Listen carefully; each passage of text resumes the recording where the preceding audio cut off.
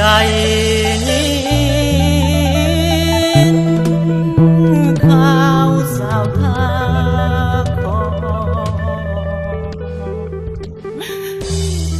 สิกินดองในเดือนสี่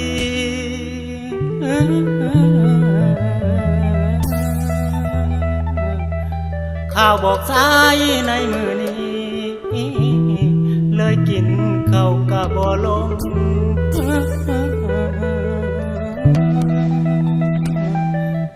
ใจของนางสร้างมาคงบ่ต้องต่อดอกว่าจะคำสัญญาสาบานน้องเลยลืมมันจนสิ้น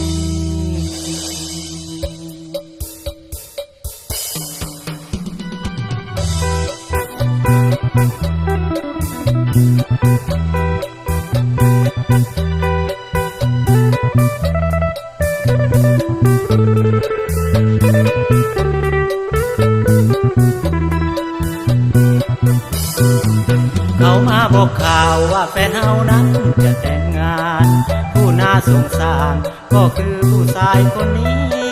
เมื่อสุดที่ฮักแต่งงานกับลุงเศรษฐีต้องซ้ำชีวิตวันนี้ต้องมีน้ำตาวาสนาของสายนี้มันต้อยต่ำได้ข่าวคนงามเดือนหน้าจะมีงานดอง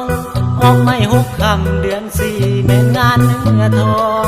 วันอายเศร้ามองส่วนน้องมีสุขเหลือเกินเสียงคนเอิ้นว่ามาเจอควันเอ้ย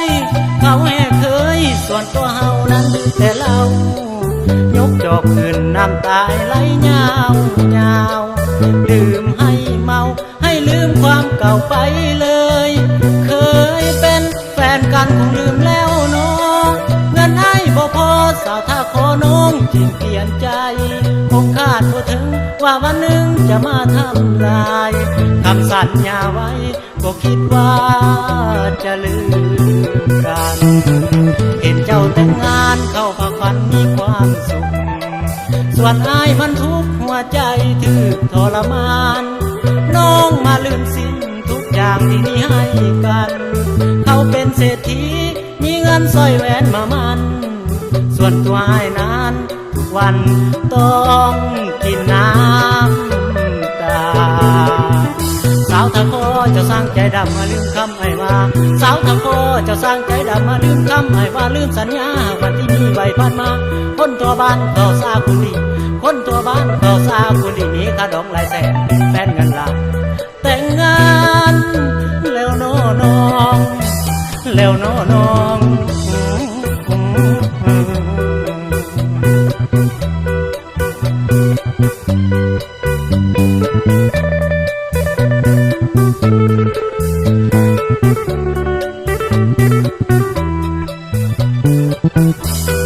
เสียงคนเอิ้นว่ามาเยอะควันเอ้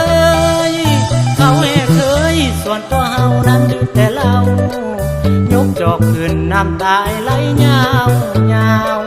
ลืมให้เมาให้ลืมความเก่าไปเลยเคยเป็นแฟนกันคงลืมแล้วน้องเงินไอ้บ่พอสาวท่าขอน้องจึงเปลี่ยนใจคงคาดบ่ถึงว่าวันหนึ่งจะมาทำลายคำสัญญาไว้ก็คิดว่าจะลืมกันเห็นเจ้าแต่งงานเข้าพักผ่อนมีความสุขส่วนอายมันทุกข์หัวใจถึกทรมานน้องมาลืมสิ้นทุกอย่างที่มีให้กันเขาเป็นเศรษฐีมีเงินสร้อยแหวนมามันส่วนตัวอายนั้นทุกวันต้องกินน้ำตาสาวทะโคเจ้าสร้างใจดำมาลืมคำไอ้ว่าสาวทะโคเจ้าสร้างใจดำมาลืมคำไอ้ว่าลืมสัญญาวันที่มีไว้ผ่านมาคนตัวบ้านเขาซาคุณดีคนตัวบ้านเขาซาคุณดีมีค่าดอกหลายแสนแฟนเงินล้านแต่งงานแล้วน้อน้องแล้วน้อน้อง